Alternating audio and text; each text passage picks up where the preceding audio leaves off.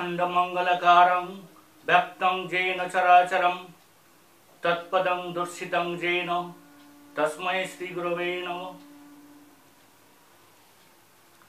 Now we'll try to discuss the origin and development of Yogachar and Vigyan, which started from 4th century and up to the 10th century it has got a high stage. So before going to discussions about the relations in Vigyan, we would like to understand, we would like to get some ideas about the Vigyan. So origin and development of Yogachar to Vigyan we have to understand first. So Buddhist philosophical development has been happened in 3 phases. So early phase is early realistic and pluralistic phase, that is called the Vaibhasik school, Vaibhasik philosophical school. There we have an idea about the Pudgalavada. First we have to understand that what is Pudgalavada, because the fundamental questions has been raised from the Vedic period. Before the Vedic periods, when we are in the forest dwellers, suddenly one person is not moving, eating, not talking, then questions has been raised. Who am I? Where from I have come? Where we have to go? That fundamental questions deal with the Vedas, Upanishads. Upanishad has given the shape of this, Upanishad has been given the answer of these questions. And every philosophical system has given the answer that who am I? So about the individuality, Buddhism in the early stage, they are giving the answer that the Pudgalavada. Pudgal means the 2 things, body and mind, means Nama and Rupa. Nama and Rupa. Nama is a Chitta and Chaitasik, means mind and function of the mind, and Rupa means the 5 kinds of elements, primary elements, that earth, water, fire, air and sky. They have considered the 5 elements in the early stage. And we know that from the earth, the nose has been made, tongue has been made by the water, ears has been made by the fire, and skins from the air, and air from the sky. That's why the object of the earth are sensations by the nose. Means nose gets the sensations of smell from the earth, because earth has a smell only. The smell is the main characteristics of earth. Taste is the main characteristics of the water. The color is the characteristics of fire. So we can get the sensation of color from the eyes. Touch is coming from the ear by the sensory organ of skin. And sound, we are getting the perception of sound by the ear, which is the main characteristics of sky. So this kind of, it is the 15. So it was the early stage. But when we are coming in the middle, critical and negativistic stage, then Pudgalavada is becoming the Skandavad. And in Skandavad, they are lifting the sky as an element. They are considering only the first four elements. And according to this, they are in the Skandavad, they are counting the 14. And Skandavad also is considering that the Rupa is nothing but the dot, means the atomic form, and they have no volumes. So without volume, atomic form is the substance.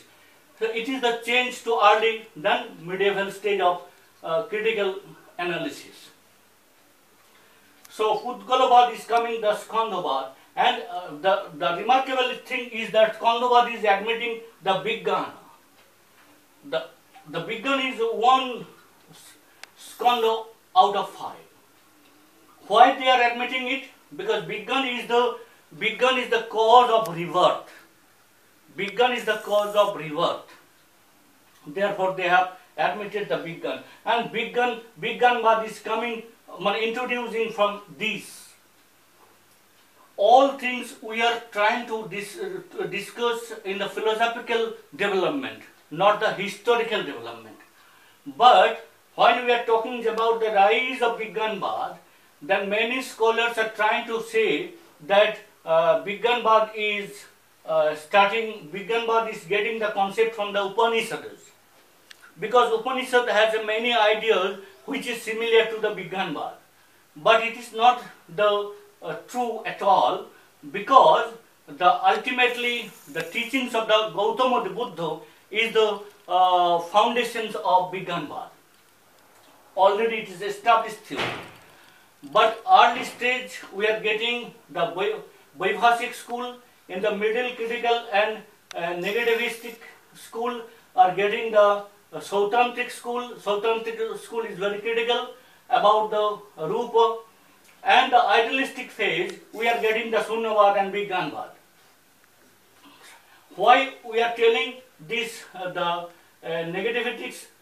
negativistic idea or analysis? Because here we are getting the Anattavad and Anittavad. So Anatta and Anittu is in the negative sense, which has become as a positive sense in the Bigyanbad. Later on we will discuss it. So foundations of the Bigyanbad is not the Upanishadic view, it is the view of the Gautama the Buddha, teaching of Gautama the Buddha. Why I am telling it?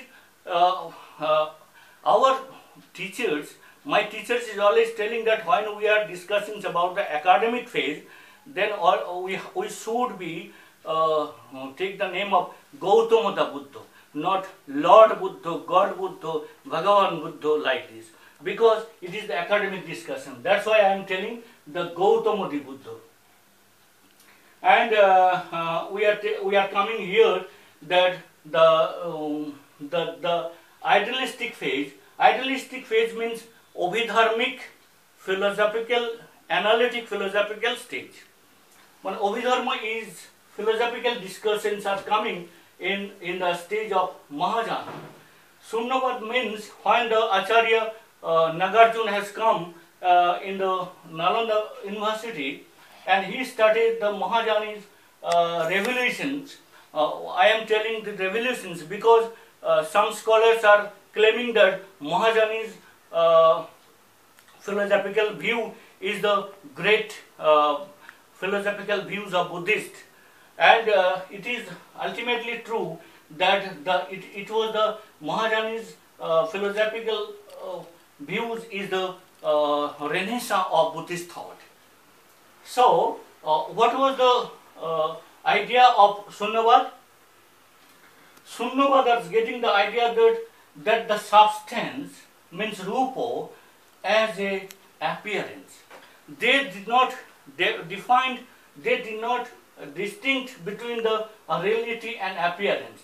They have considered only the appearance of substance is the real. And that was their weak point of the Sunyavad. And Bigyanbad has got that point, and Bigyanbad has established there as a strong point of the substance. So they have started to discuss as a substance is an appearance which appears to us, that is the substance, and that's why they make the constituent as which was constituent in the Skandavad and Pudgalabad. They have given the name as attribute, means constituent as an element is becoming a quality, element is becoming an attribute. So it is the great change of Sunnavad. It is a great change of the about the substance. It is a great change, and they have said the substance is nothing but the Svabhava Sunna, Guna Sunna. We have to remember that Svabhava Sunna, Guna Sunna means the substance is the has no mass. They have only the energy, means they have only the guna, quality or attributes, and we cannot perceive it because they have given the another theories as in the analysis of Namo. If knower is, then object of knowledge is. Means if A is exist, then B is exist. If A is not, then B is not. Means they have discovered a theory of a relative. A relative theory they have discovered. Means if it is, then it is. Means if A is, then B is. If A is not, so there is B is not. Like that theory has been given by the Sunnavad. Means they are also denying the knowledge. So they are denying the substance as a mass. They have denying the substance and they are also denying the knowledge. So the Bigganbad has raised some questions here. Bigganbad has given some questions. What kind of questions? They are asking the questions. Without object, knower is possible. Without the object of knowledge, knower is possible. Which question? Which theory has given as a relative theory of Sunnavad? They are asking the same questions. They are asking the same question. Without the external world, internal world is possible. They are asking the third question in the easy form, that without the object of knowledge, knowledge is admissible. They are asking the question, and this is the foundations of the Bigganbad. They are giving the answer of the all questions. So we are going to detail in their doctrinal phase. We would like to discuss here the Acharya and literature, teachers and literature of Yogacar and Bigganbad. Already we have mentioned that Yogacar and Bigganbad is more similar but not same. Where they are different, now we will try to understand that Acharya of Maitranath has been studied the Yogacar Darsana, Yogacar philosophy, and after the Maitranath, the Asanga, the student of Maitranath, has come, and he followed also the same path, and he also written the 6 or 7 texts on the Yogacar Darshan, and has come the Vasubandhu. Primarily Vasubandhu, from his first stage, he was also the Yogacar, and when he has written the Vignapti Mattota Siddhi, he has transformed from the Yogacar to Bigganbad. So we can mention that the Vignapti Mattota Siddhi is the literature which is the Bigganbad has been studied. So Acharya Maitranath, beginning from Maitranath, Asanga, Vasubandhu, then Dingnag, Dharmakirti, and many others acharyas has come, and they have given their literature. And from but what is the fundamental literature, canonical literature of Yogacar and Bigganbad? The questions may be raised. So we can say that the Sunnavad has been studied from the Vaipulla Sutra, Prajna Paramita Sutra. In the same way, the Lankavatar Sutra is the primary text of the Yogacar and Bigganbad. And the Avatam Satak Sutra means Dasabhumika Sutra is another canonical text of the Yogacar and Bigganbad. Later on, the Asanga has written the many texts, Yogacar Bhumi, like as the Visuddhi Magga of Buddha Ghosh, because there is the difference of the Yogachar and Vigyanvad. The Yogachar Bhumi is the text of ethical text. Yogachar is defined like this: yoga and achara. Yoga means which we have learned from my teachers, from my guru. I have acharya means I have to apply in my life. So we have yoga means we have learned from the teachers. Acharya means apply in my life. In my life, that is the Yogachar. But Vigyanvad is not like this. There is no concept of guru. There is no concept of teaching. Only we can say that after the text of Alambana Pariksha by Dinnagar and Dharmakirti's text of Vigyapti Matrata Chinta. Vigyapti Matrata Chinta is another, it is not the text, it is the part of the Pramana Vartika. Part of the Pramana Vartika. So Vigyapti Matrata Chinta and Alambana Pariksha are difference, are the difference from the Yogachara to Vigyanvad. The two texts are making the difference between the Yogachara and Vigyanvad.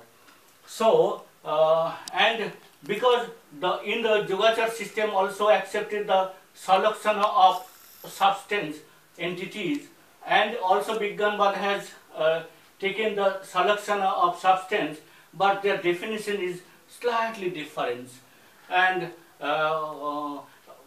they have considered the salakshana for the explanations of the empirical world, means the external world. But when they are talking about the consciousness, consciousness is discussing only for the paramarthik sat, only for the transcendental truth. They are talking about the transcendental truth is only is one and only, that is the consciousness. Without consciousness, there is no exist at all. So this is the development of Yogachara and Vigyanvad, and many literatures has come. Means Dinnagar has written the 7 texts, and Dharmakirti has written also the 7 texts, mainly the Pramana Vartika, Badan Nyay, Saman Pariksha, Nyay Bindu, and Santanantara Siddhi, the very important texts. All texts are related with the Yogachara and Vigyanvad. Mainly Vigyanvad text is when I am talking about the Dinnagar and Dharmakirti, means all texts written under the Vigyanvad. And when I am taking about the Maitranath, Asanga and Vasubandhu, they are trying to establish the Yogachara system. So this is the thing of, now we are coming in the doctrinal phase, that the questions has been raised, the substance or consciousness, is it static form or dynamic form? So Vigyanvad is giving the answer, no, there is no questions of the static, the questions of the dynamic.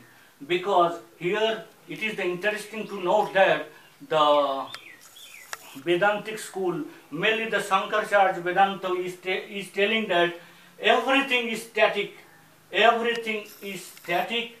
and there is no questions of changeability in the external and internal world. But the Vigyanvad is giving the opposite opinion, that everything is dynamic and everything is changeable. Means not only the substance, not only the rupa, but also the nama, means consciousness is also changeable. How it's changed? They are telling about the sarvam chanikam. Chanik was chanik, chan word is has come in the Pali literature, Akkhana Sutra, but there the meaning is only the unique time, not the smallest unit of time. So there is the difference. And Sarvam Chanikam means everything is changing, everything is changing, but the question is now, the one moment is changing in another moment, if there any relation.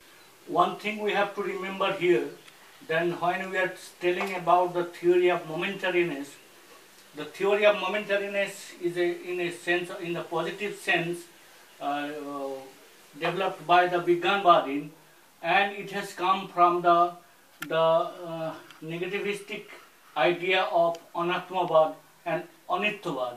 Anityavad is transformed into the theory of momentariness, and theory of momentariness is a source of Anatma Dharma, which is mentioned in the Kathopanishad. That's why many scholars are claiming that it is the theory of momentariness has come from the ideas of Upanishads.